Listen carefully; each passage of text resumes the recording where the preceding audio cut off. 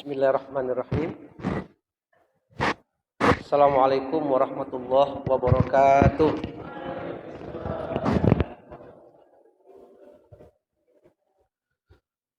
Alhamdulillahi rabbil alamin. Wassalatu wassalamu ala ashrafil anbiya'i wal mursalin wa ala alihi wa sahbihi ajma'in, amma ba'du. Bapak Ibu kaum muslimin sekalian, mari kita awali majelis ilmu kita ini dengan membaca basmalah. Bismillahirrahmanirrahim. Ini banyak yang di belakang saya nih, tak apa-apa Pak ya, yang di belakang ya. Nah, ibu-ibu yang dimuliakan Allah, pada maghrib ini kita kembali melanjutkan pelajaran kita tentang hukum keluarga Islam. Dan pada maghrib ini kita agak bergeser sedikit topik kita pada maghrib ini. Kalau sebelumnya itu bicara tentang bagaimana prinsip-prinsip waris, pembagian waris dengan beberapa contoh-contoh, maka pada maghrib ini menjelang masuk waktu salat isya lebih kurang jam 7:15, kita akan beri judul kita tentang syarat menjadi saksi dalam perkawinan. Jadi kita agak geser ke topik tentang perkawinan, yaitu hadis dari Nabi Muhammad sallallahu alaihi wasallam, la nikaha illa biwaliyin wa syahidai adlin. Tidak sah nikah kalau tidak ada satu orang wali dan 2 orang saksi yang adil. Jadi ada 2 orang saksi. Nah, untuk pelajaran kita malam hari ini kita bahas tentang saksi. Bapak-bapak ada yang pernah jadi saksi nikah di sini? Belum ya? Pak Komandan pernah jadi saksi? Pernah ya? Nah, nanti kita akan bahas kalau kita jadi saksi ini kira-kira apa kewajiban-kewajiban yang mesti kita penuhi ketika menjadi saksi. Jangan asal main sah saja anak orang. Nah. Sah.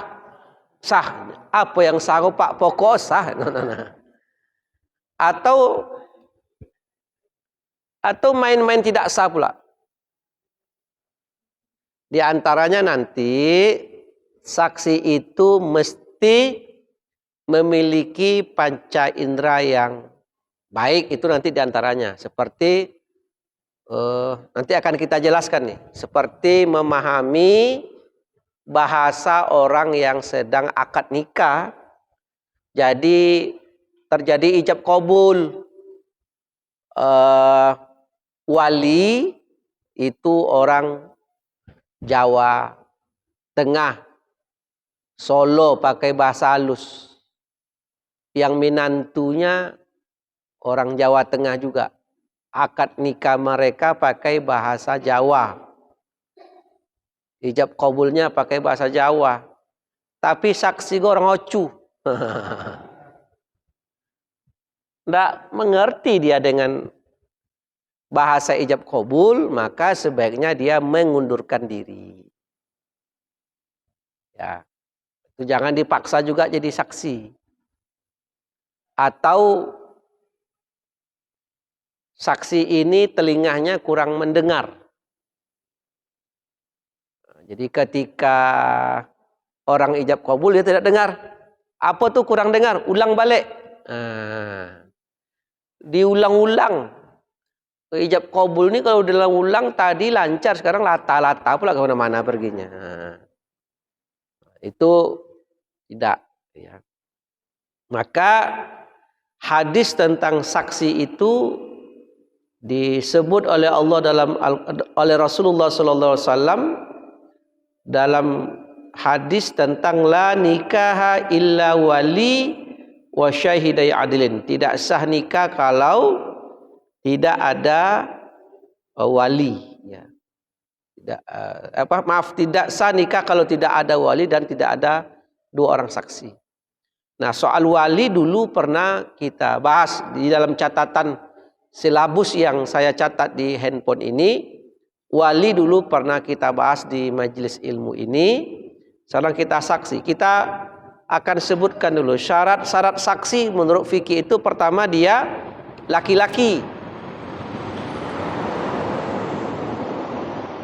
Ya, laki-laki, dia mesti seorang laki-laki, Pak. Jadi kalau dia perempuan tidak boleh. Ya. Biasanya kalau kita mengadakan akad nikah itu satu orang saksi dari pihak mempelai perempuan, satu orang saksi dari pihak mempelai laki-laki. Boleh apa tidak? Boleh. Tapi dia mesti laki-laki. Yang kedua, saksi itu mesti beragama Islam. Tidak boleh non-muslim. Maka hati-hati juga di kantor-kantor, ya, di dinas-dinas, apalagi umpamanya di dinas-dinas yang sifatnya militer atau kepolisian yang agamanya beragam. Terus ketika akad nikah dimintanya komandan jadi saksi. Rupanya komandannya non-muslim. Itu tidak boleh. Karena terkunci oleh syaratnya Islam. Ya.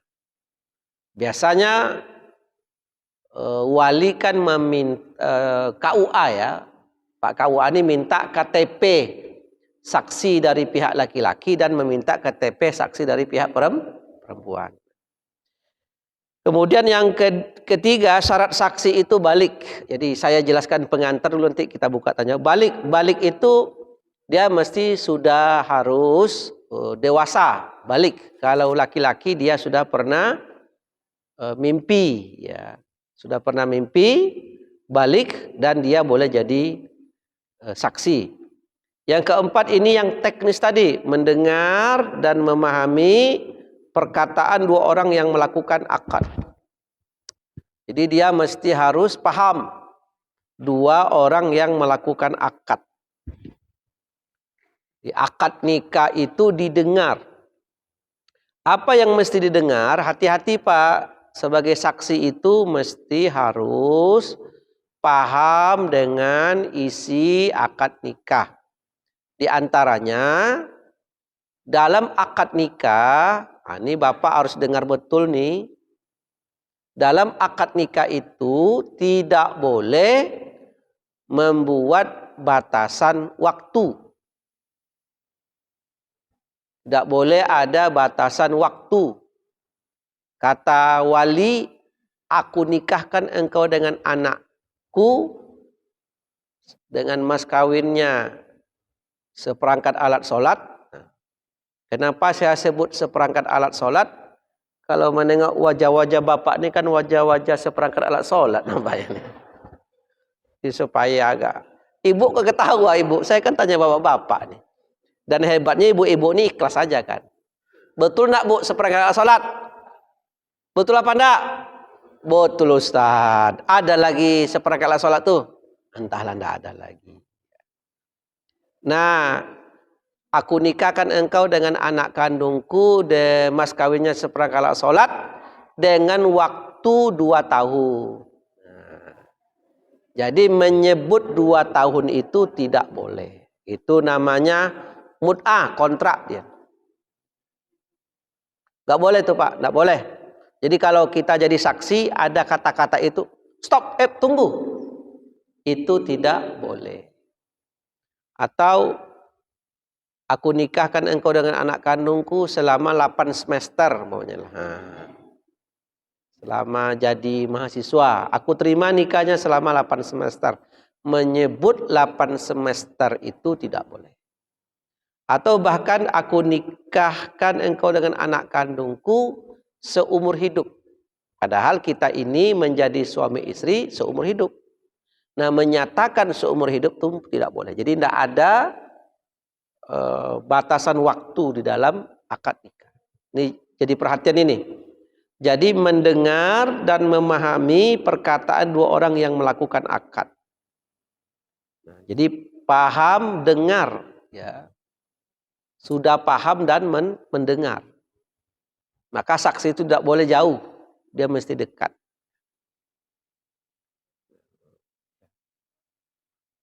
Kemudian termasuk nanti kalau yang akad nikah itu umpamanya seseorang yang tunarungu, dia tidak bisa bicara, bisu. Bagaimana dia akad nikah? Kata wali, aku nikahkan engkau dengan anak kandungku dengan mas kawinnya seperkala sholat tunai. Seperti apa dia cara menjawab? Nah, untuk kasus yang seperti ini, biasanya dia boleh diwakilkan kepada yang lain. Disunnahkan diwakilkan mengkabulnya itu dari saudara kerabat yang terdekat dengannya. Jadi aku terima nikah Sanu binti Sanu mewakili. Nah, disebut dia mewakili. Nah, kalau seperti ini saksi mulai keluar ilmunya ini, kalimat-kalimat itu. Ya. Aku terima nikah Sanu di mana saudaraku ini Sanu berwakil kepadaku untuk mengijab kabulnya dengan mas kawin seperkala sholat tunai. Jadi harus ada itunya. Dan Bapak hati-hati juga mendengar kalimat pengganti dari saudaranya yang bisu ini. Kalau tidak disebutnya yang Sanu berwakil kepadaku, kalau tidak ada kalimat itu dia yang jadi. Nah, ini hati-hati juga nih, modus ya. Bapak-bapak, ibu-ibu, nah ini saksi nanti nih. Memang selama ini kita, kalau di kondisi normal di Pekanbaru, kita kan ada Pak KUA ya, yang memandu ya. Yang memandu. Nah, tapi ada beberapa kasus-kasus tertentu yang kita tidak paham. Atau yang ijab qabul ini menggunakan bahasa Arab. Kita karena mendengar bahasa Arab, dianggap ini yang paling afdol. Padahal awak yang tidak mengerti bahasa Arab yang jadi saksi ini ya main sah-sah saja kan. Ternyata bahasa Arabnya tidak pas. Bahasa Arabnya tidak tepat. Jadi bapak-bapak nanti kalau ditunjuk menjadi saksi, tapi ternyata tidak paham dengan keadaan ijab qabul, boleh mengundurkan diri karena itu besar tanggung jawabnya ya. Kemudian bisa melihat langsung akad nikah itu terjadi. Jadi dia bisa berbicara, jadi saksi itu mesti orang yang normal panca inderanya. Dia lihat, dia bisa berbicara, jadi kalau ada sesuatu yang melanggar dia bisa langsung stop gitu. Atau dia menyebut ulang, dia melihat. Ustadz boleh enggak kalau akad nikahnya itu online atau via Zoom? Yang perempuannya di Pekanbaru ya, di Merpoyan, laki-lakinya itu ada di Mesir sedang kuliah S2, enggak bisa pulang. Nah, terus rencananya yang istri ini begitu akad nikah akan dikirim ke Mesir. Nah, istrinya ini untuk melanjutkan S1. Jadi suaminya sudah S2 di sana, istrinya S1 di sini. Terus tidak bisa pulang. Nah, dinikahkan.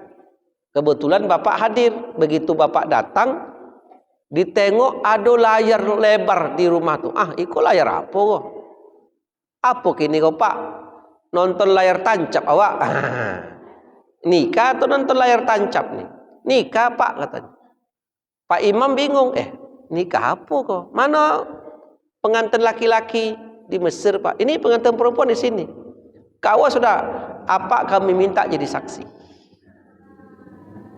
Nah, kan sah apa tidak nanti? Nah, ada fatwa ulama, majelis ulama tentang nikah via Zoom, via online ini. Pertama, syaratnya adalah pastikan laki-laki yang di seberang sana itu memang itu orangnya, datanya. Jangan beda pula orang. Bekok yang menikah beda, yang akad nikah beda. Pastikan itu dulu. Dan siapa yang bisa menjamin? Boleh jadi yang menjamin itu adalah konsulat yang ada di sana. Yang kedua, Pak Kowi, pastikan dia live langsung. Tidak boleh rekam. Paham Pak rekamnya? Aku nikahkan engkau dengan anak kandung tuh tunggu sejam dulu. Direkamnya terus dibalas. Dia mesti live, mesti streaming langsung. Tidak boleh rekam. Ya, tidak boleh direkam. Sebenarnya ada dua model yang dipakai. Bisa langsung Zoom live tanpa direkam, streaming atau Google Meet, ya. Atau bisa ada seorang laki-laki yang ada di Pekanbaru yang mewakili qabul yang di Mesir, itu boleh juga. Boleh, itu lebih bisa dipahami. Dengan catatannya tadi dipastikan Bapak sebagai saksi yang Syanu berwakil kepadaku, itu dia. Ya, pokoknya setelah belajar maghrib ini, Bapak udah siap jadi saksi lah. Jadi, tapi siap jadi saksi ya, bukan Bapak yang menikah ya, Bapak jadi saksi nikah. Nah, itu ya. Marah pula ibu-ibu nanti. Yang keenam itu adil. Ini tidak kalah penting juga ini adil. Apa pula tuh Ustaz adil itu? Ya. Jadi la nikaha illa biwaliyin wa syahidai adlin. Tidak sah nikah kalau tidak ada satu orang wali dan dua orang saksi yang adil. Di hadis ini Rasulullah Shallallahu Alaihi Wasallam tidak mensyaratkan ayahnya itu adil, tapi dua orang saksi adil. Apa itu adil? Adil itu yang dimaksud dalam pembahasan ini adalah orangnya mengerjakan sholat 5 waktu. Orangnya mengerjakan puasa Ramadan. Orangnya tidak berjudi, tidak narkoba, tidak segala macam. Artinya ia melaksanakan perintah Allah dan meninggalkan larangan Allah. Itu syarat jadi saksi. Kalau kita sekarang kan trennya pejabat, kepala Pak Wali, ya, Pak Kepala Dinas, Pak Sekda, bolehlah. Tetapi yang paling sunnah itu adalah orang yang paling alim di kampung tuh. Dialah yang paling afdal jadi saksi.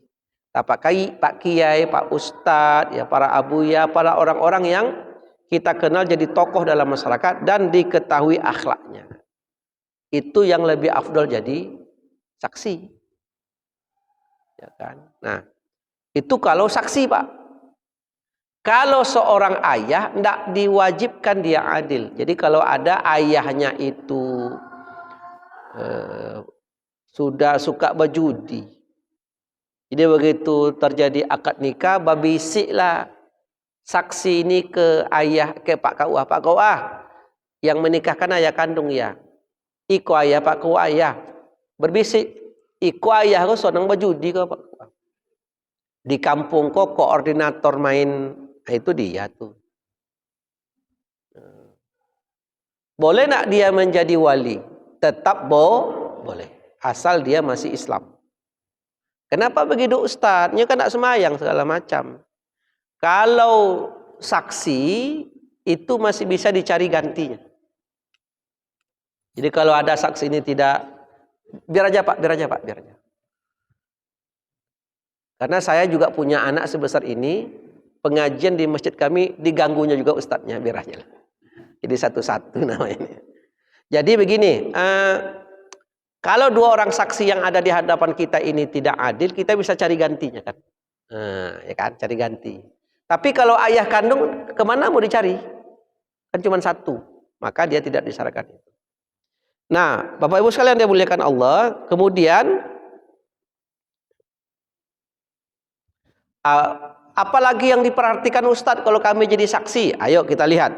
Beberapa hal yang Bapak perhatikan adalah Bapak mesti paham syarat ijab kabul. Di antaranya syarat ijab kabul itu adalah tidak boleh merubah kalimat. Tidak boleh merubah kalimat. Kalau wali mengatakan aku nikahkan Sanu, aku nikahkan kamu dengan Sanu binti Sanu, maka sang suami, calon suami mesti menjawab aku terima nikahnya. Jadi kalau disebut perkawinan, aku terima kawinnya. Jadi harus itu kalimat yang dipakai. Tidak boleh berubah dan tidak boleh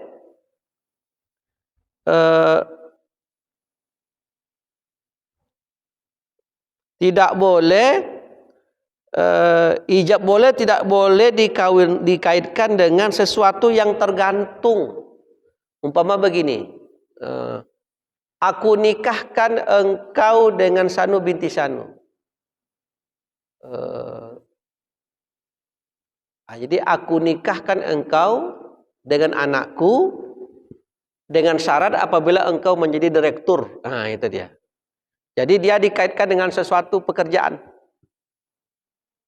Jadi dia digantung, Pak. Jadi calonnya ini masih staf di kantornya. Belum jadi kabid lagi.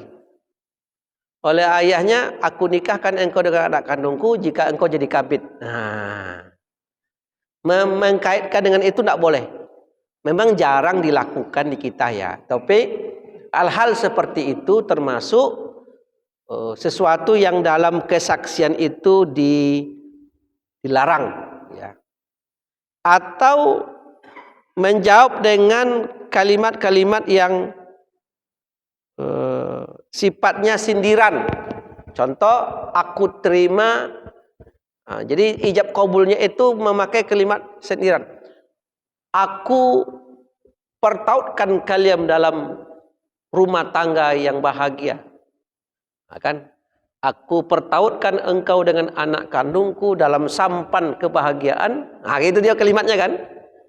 Itu menggunakan kalimat-kalimat permisalan yang tidak boleh. Nah, tidak boleh. Dia mesti kalimatnya pas. Nah, tapi Pak, ada sesuatu hal yang boleh dilakukan seperti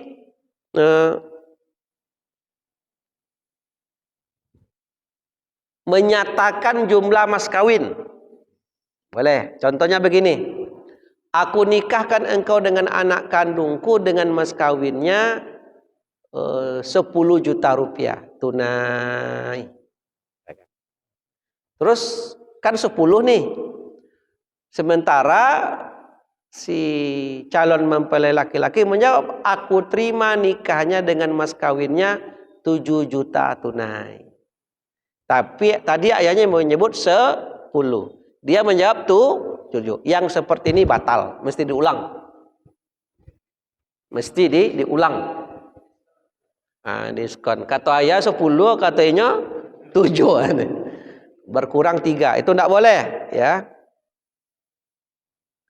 Tidak boleh, Bapak sekalian.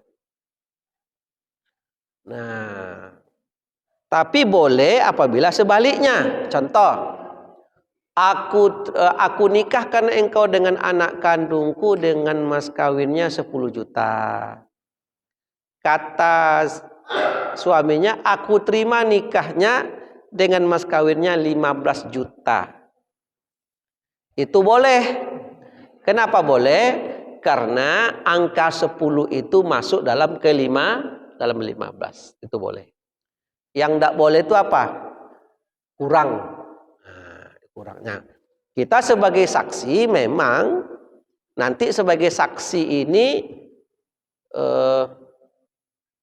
tidak boleh pula terlalu kaku. Kakunya seperti apa? Apakah wajib mesti bersalaman? Jawabannya tidak. Bersalaman itu tidak wajib. Kan awak kan gini. Tapi bersalaman itu adalah upaya menampakkan keseriusan. Ada yang tidak pakai salaman, Pak. Ada yang pakai selendang pegang satu dengan satu. Aku nikahkan ada juga. Nah, kemudian apakah mesti harus bersambung? Nanti mazhab ulama berbeda pendapat tentang apa makna bersambung antara ucapan ijab dan qabul. Kalau kita kan aku nikahkan engkau dengan Sanu binti Sanu dengan masa perkara salat tunai. Sebelum tunainya habis, yang laki-laki langsung menyambut aku terima. Kan begitu? Nah, begitu kan. Itu boleh ya, itu angkanya angka 100 tuh.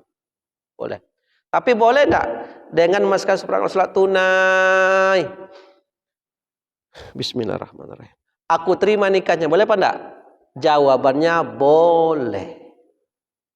Yang enggak boleh itu adalah ketika ia sudah menyatakan menerima tapi diantarai oleh kegiatan lain seperti dengan mas kawin seperangkat salat tunai. Pipis aja dulu. Satu baru aku terima, itu tidak boleh karena diantarai oleh pekerjaan yang lain.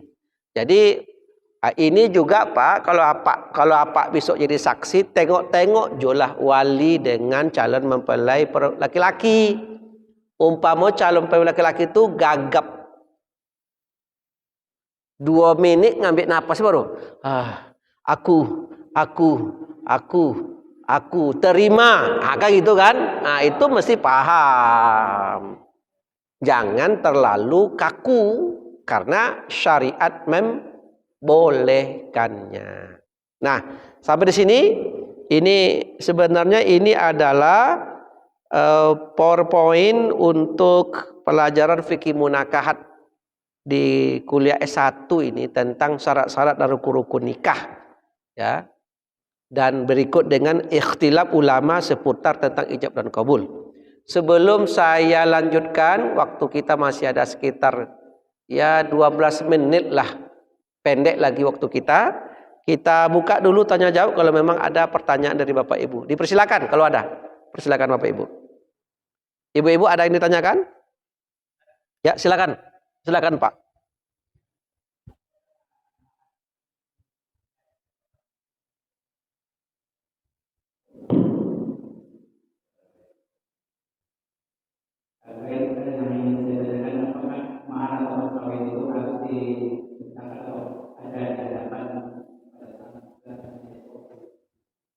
Jadi mahar itu tidak menjadi rukun nikah. 5 rukun nikah itu adalah calon mempelai laki-laki, calon mempelai perempuan, ya kan? Kemudian wali, 2 orang saksi dan ijab qabul. Mahar itu boleh tidak ada saat akad nikah. Boleh tidak ada. Tetapi itu adalah pemberian antara calon suami ke calon istri. Wajib ada. Tapi tidak menjadi rukun saat terjadi akad nikah. Bolehkah ada saat akad nikah?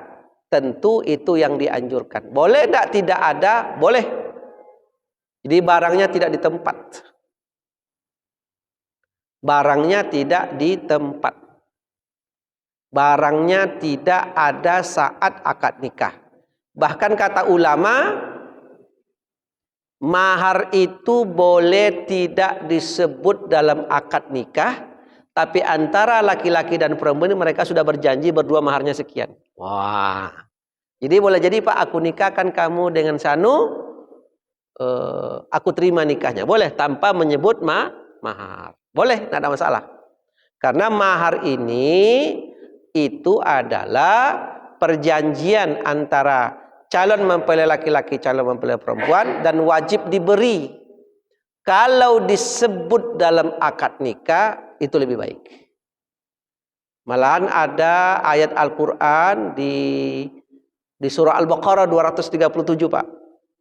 Wa in talaqtumuhunna min qabli ayyatamassuhunna. Dan jika kamu menceraikan seorang perempuan dan kamu jatuhkan tolak kepada perempuan padahal kamu belum menyentuhnya. Jadi ada orang yang ternyata akad nikahnya ketika akad nikah sudah disepakati maharnya dan sudah disebut namanya mahar musamma. Wah.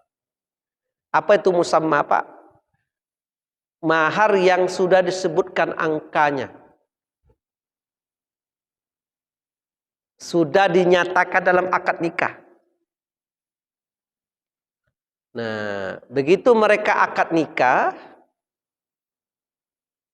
ya, sehari, 2 hari, 3 hari, belum melakukan hubungan suami istri. Belum lagi. Belum. Ini contoh ya. Tiba-tiba terjadi perceraian. Ada enggak orang seperti itu, Pak? Ada ya. Akad nikah sudah, hubungan badan belum. Siapa contohnya? Seperti orang nikah gantung di kampung-kampung. Nah, kok ada nak apa tahu nikah gantung, Pak? Lama nikah tapi ulun pulangan. Ada, Bu. Nah, itu orang dulu, Pak. Dan itu walaupun awak akad nikah, itu jumpa-jumpa malu-malu tuh, padahal lah suami istri itu begitulah akhlaknya orang dulu kan. Oh, lu akad nikah le. Pulangannya bisa 6 bulan yang akan datang. Yang parahnya ada orang lah serumah 6 bulan, akad nikahnya baru besok. Itu adalah orang seperti itu tuh. Nauzubillah. Nah, kembali ke pertanyaan Bapak tadi kan. Jadi jawabannya tidak mesti ada. Nah, sekarang saya ingin tambah sedikit karena ada pertanyaan. Tiba-tiba Pak bercerai. Padahal waktu akad nikah kemarin sudah disebut, aku nikahkan engkau dengan anak kandungku dengan maharnya 50 juta. Laba sobui angko 50 juta. Aku terima nikahnya dengan mas kawin 50 juta. Dan 50 juta itu laba serahkan loh, laba transfer ke rekeningnya yang perempuan. Jadi yang Bapak tengokkan itu cuman tulisan 50 juta. Nah, boleh apa enggak? Boleh lah, yang penting kan hakikatnya.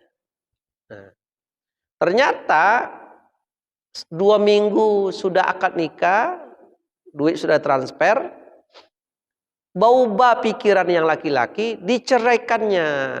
Maka mereka terjadi perceraian sebelum hubungan badan. Apa konsekuensinya? Pertama, tidak ada iddah. Karena belum melakukan hubungan badan. Yang kedua, bagaimana dengan mahar yang 50 juta tadi? Wah. Biasa orang kalau sudah bercerai bertengkar itu 50 juta jadi masalah. Nah, kalau seperangkat alat sholatnya tuh enggak apa-apalah, enggak diceritakan. Ini kan 50 juta masalah. Dapet sepeda motor 1 kan.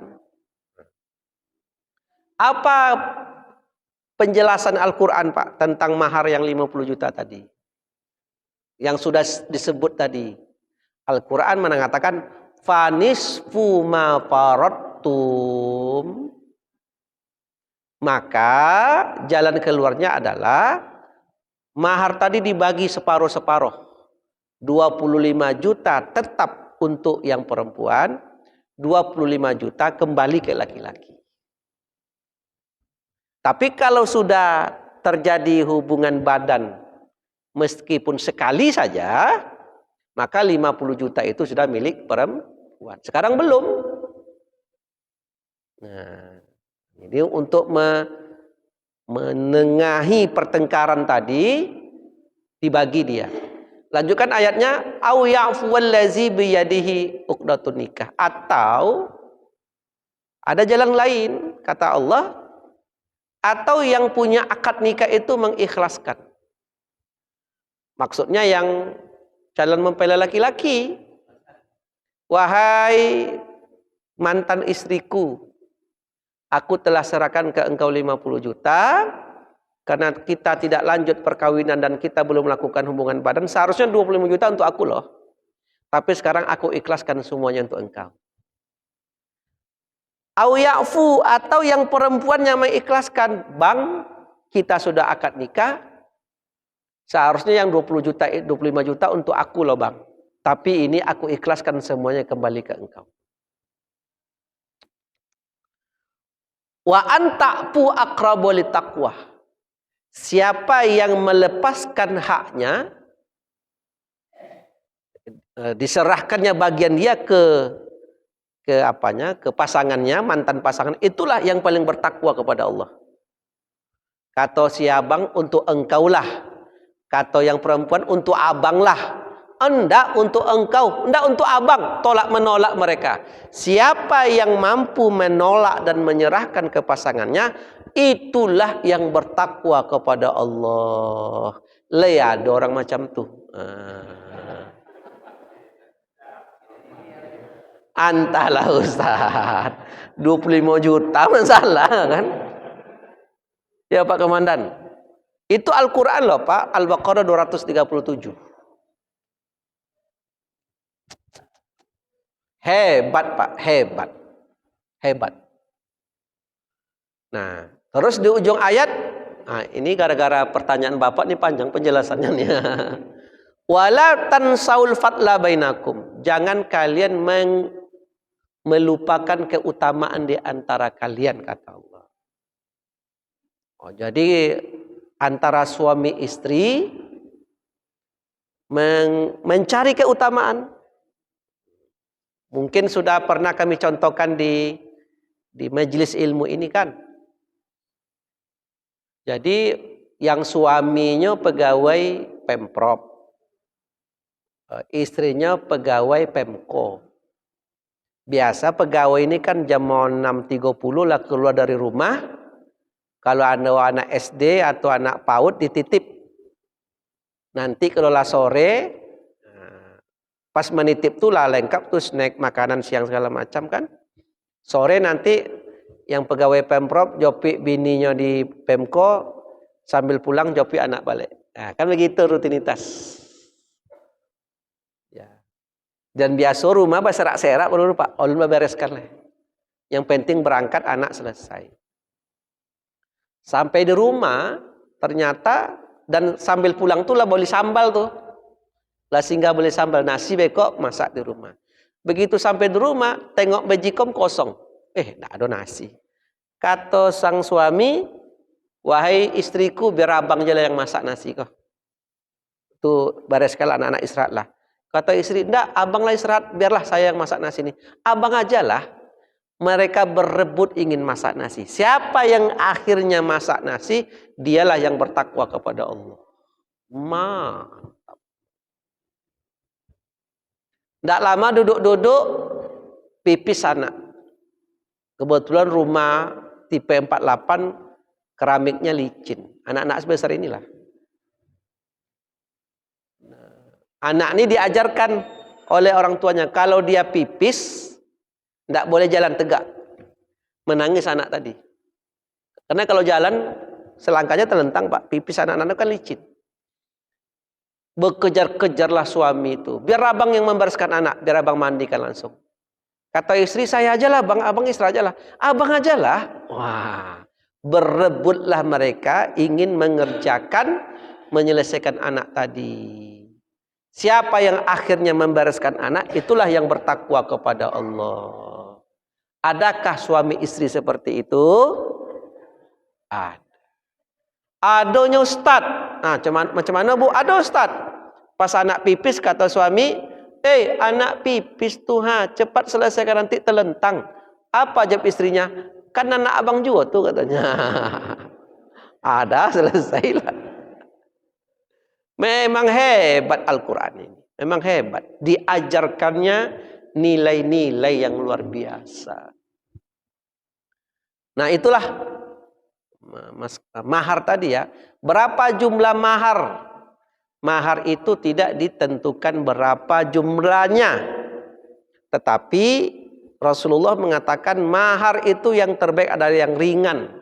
Ringan itu maknanya tidak memberikan beban kepada pihak suami. Dan mahar itu nanti kalau dalam kajian waris, mahar tidak termasuk harta bersama, itu jadi milik pribadi istri. Ya. Kalau terjadi perceraian,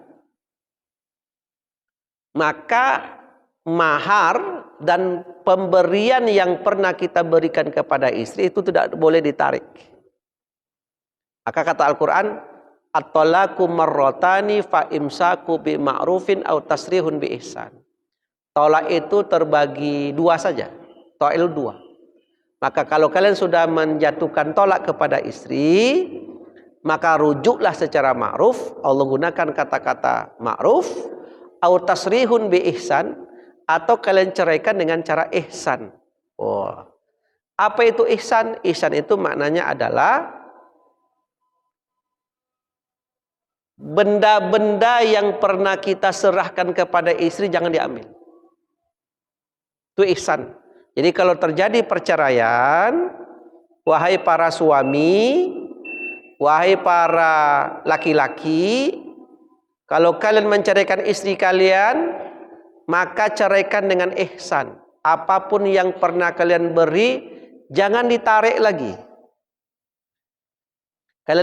Pernah kalian hadiah dia mobil, biar mobil itu sama dia. Pernah kalian kasihkan ATM, biar ATM itu sama dia. Kan ATM-nya aja isi, kan tidak ada. Itu jangan ditarik lagi, Pak.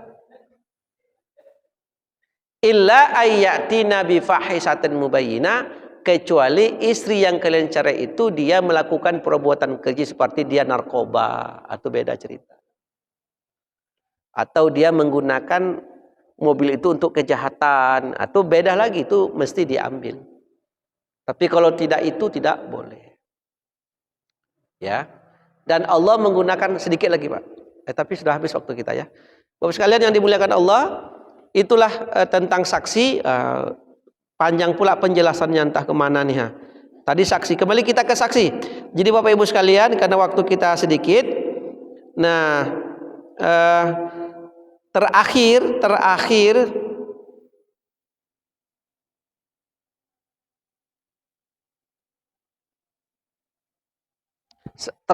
ada wali yang tidak menyebutkan nama. Aku nikahkan engkau dengan anak kandungku, syanu, dengan mas kawin seperangkat alat sholat. Tapi dia tidak menyebut nama, tapi menunjuk, Pak.